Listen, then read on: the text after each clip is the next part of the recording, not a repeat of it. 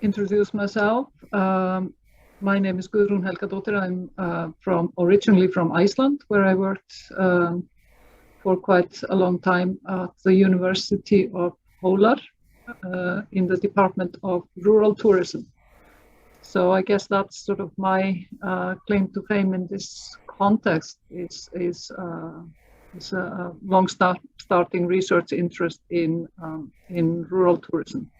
So I'll make one final attempt at sharing the screen with you guys.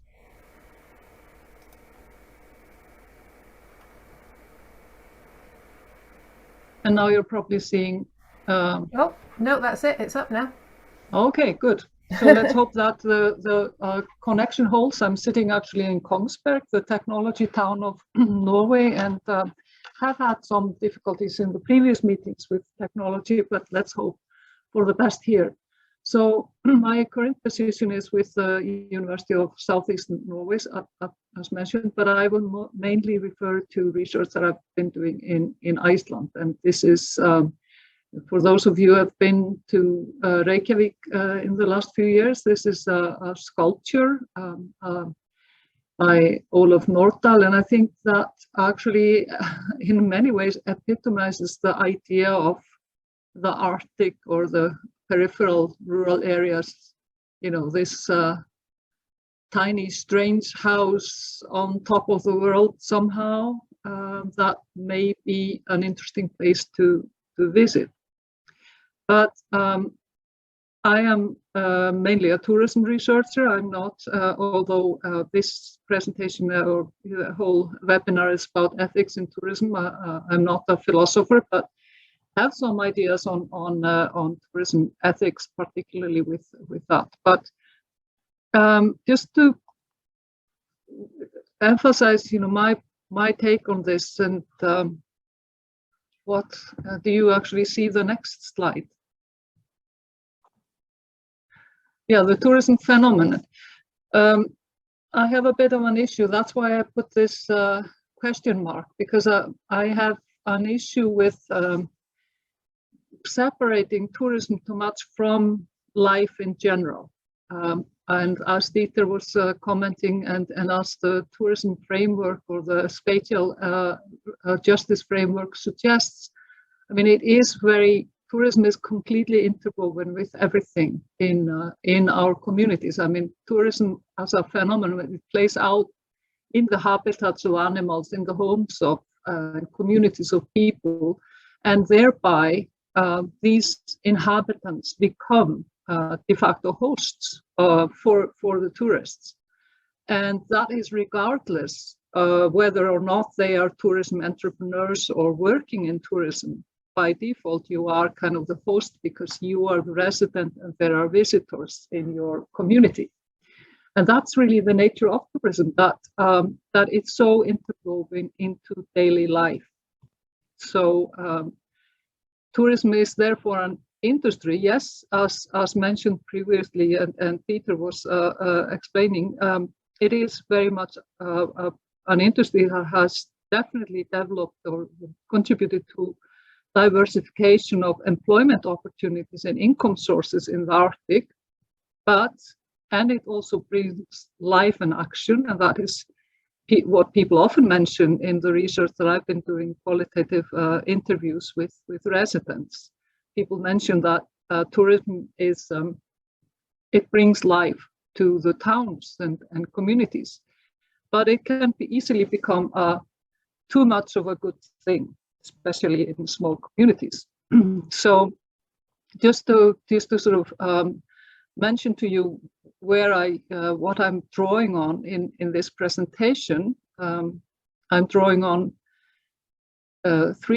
mainly three papers or studies that I've been part of.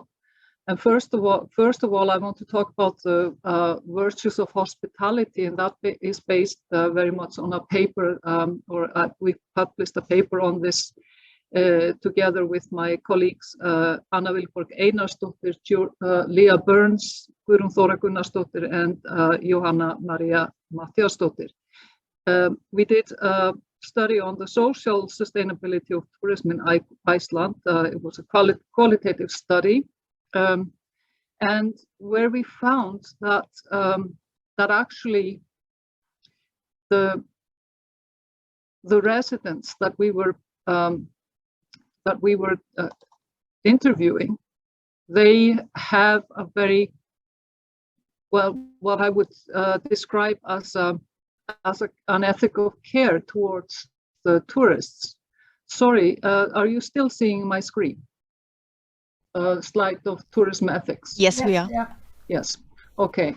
So what I mean by ethics of care is that because in this research we asked them specifically about their experiences of and engagement with tourists on one hand and tourism on the other. So we actually, in Iceland, it is pretty easy to distinguish because we use the word tourism services, ferðaþjónusta, for tourism as an industry.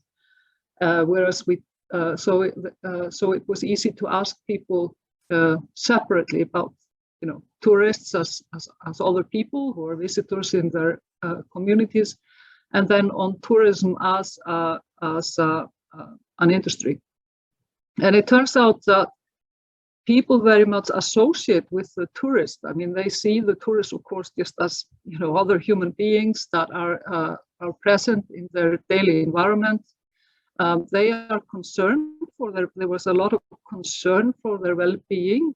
This research was done in the era of over-tourism in many parts of Iceland, but still there was a strong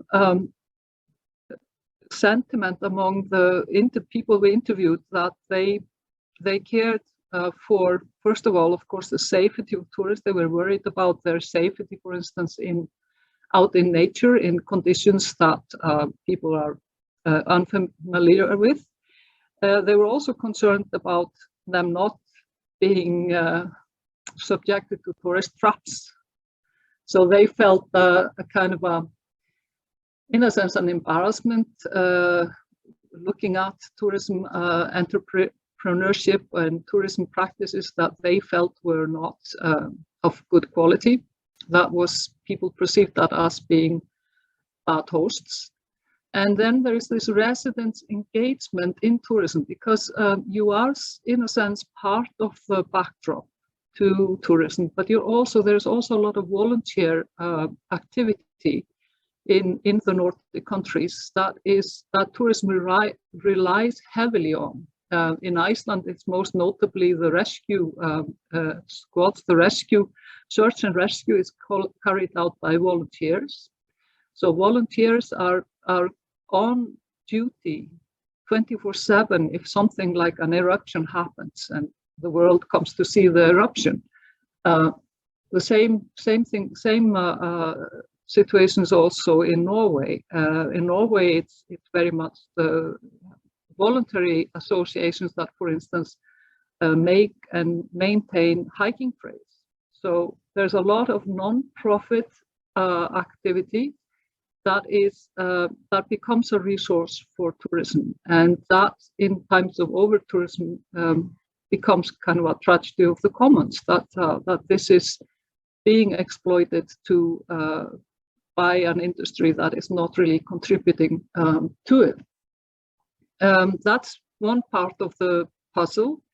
The other part of the puzzle of tourism ethics, or sort of the social justice, this was sort of the social justice of residents versus the tourism industry, because another aspect of the interviews was a critical stance that was very prevalent in the interviews towards the tourism industry and specifically tourism authorities, both at local and national level, because this was on the ascent of over-tourism, and people were concerned about lack of management of visitor flows. The other aspect that I want to mention, that I also feel is an ethical issue, is to what extent do we actually practice what we could could call the deontology of, particularly when we look at nature tourism. And there I want to refer particularly to research that we did on, and now I don't know if I dare to bring up the front page of the paper, because that might meddle with my slides. But it's a recent publication now in the Scandinavian Journal of Hospitality and Tourism on nature guiding in Iceland, or guiding in a nature destination, where we found through analysis of texts, both the marketing material of tourism suppliers that provided day tours from Reykjavik, and their instructions to guides, the guide curricula, and then through participant observation in these day trips, that there is remarkably little attention to nature conservation in the guiding in a destination like Iceland that is primarily a nature destination. And there is little use of experience design or general sort of deontology principles of trying to explain and sort of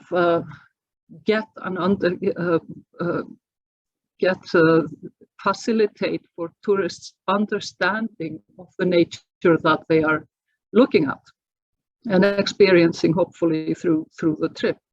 So that we think is a missed opportunity. That's our conclusion, that we are there missing an opportunity to use guiding in a nature destination as a means to a more sustainable future and a more clearer understanding by through tourism of environmental sustainability primarily. But also what we've also been considering is to what extent is the tourism industry still operating on the assumption that the tourists are out after hedonic experience. There is a lot of research on tourism experience, and there is an increasing building awareness of the fact that more and more consumers are looking for what some people have called transformative consumption. That is, people are interested in consumption that is beneficial for them in the long run, health benefits, well-being benefits, but also concerned about what does my consumption do in terms of climate? What does my consumption do in terms of social justice, so forth. So to what extent are we actually using that, or are we actually still operating the tourism industry in the Arctic on hedonic principles, when there is a possibility that we could more and more be trying to meet the need for transformative consumption? So, and the third issue has to do with the concept of praxis. Praxis as a way of doing things, and not the least praxis as a way, as the way in which you fit yourself and your operations into the, or in perspective. What perspective, what context do you actually carry out your operations? And related to the first one about the virtue of hospitality and what people had to say about the tourism industry, and also judging from the discourse on tourism, where the first thing that the tourism industry always underlines about itself is how big it is, how much of an economic force it is. But tourism as a community, tourism as the community of hosts and guests, and whether tourism knows its place in the community, or is tourism really an elephant in the china shop, too big for its own good? And to what extent does tourism build community? And if it does, for whom?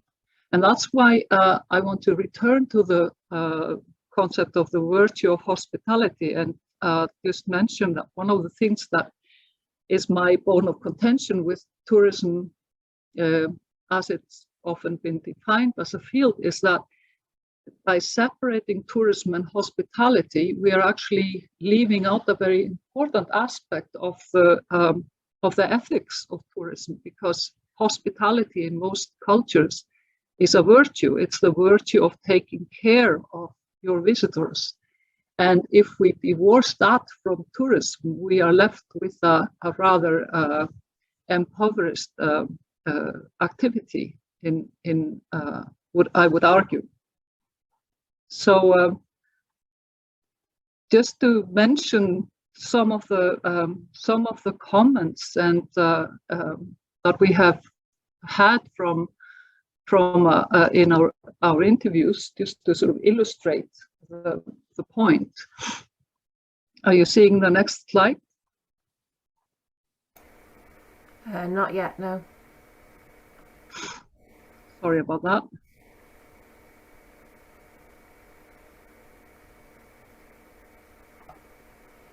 Okay.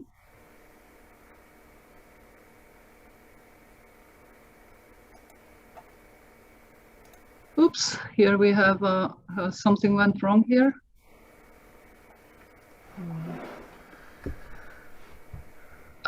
I'm sorry about that, but what I wanted to tell you was a little bit about the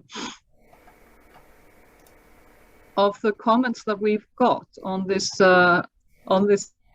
topic of host tourist relations, what residents are thinking and what they are reacting to in when we talk about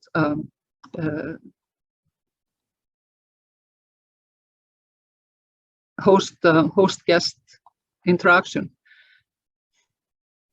Are you seeing my screen now? No, you need to. I think you need to reshare. I think for some reason it's come out of share for you.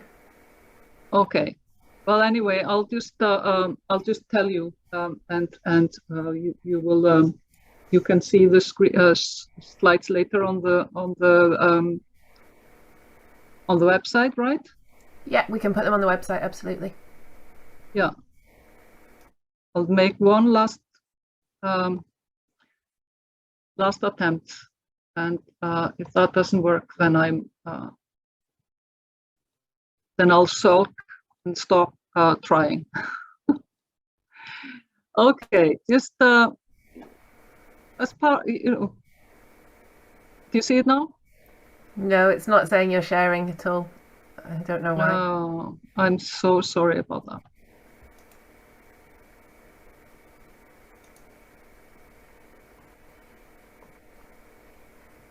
Okay, it should be appearing now, but you'll probably see more slides than one. Yeah, we can see that. Okay, so we can at least see it. So in terms of the care for tourists, and the care for tourists was also in the interviews often expressed as worry. You know, that people were worried about, for instance, glacier tourism. They were worried that tourists were actually being led into situations where they didn't have the skills or and they weren't properly cared for. So one of the comments that I really loved was, the glacier is not there for humans to cross, it's simply there, respected.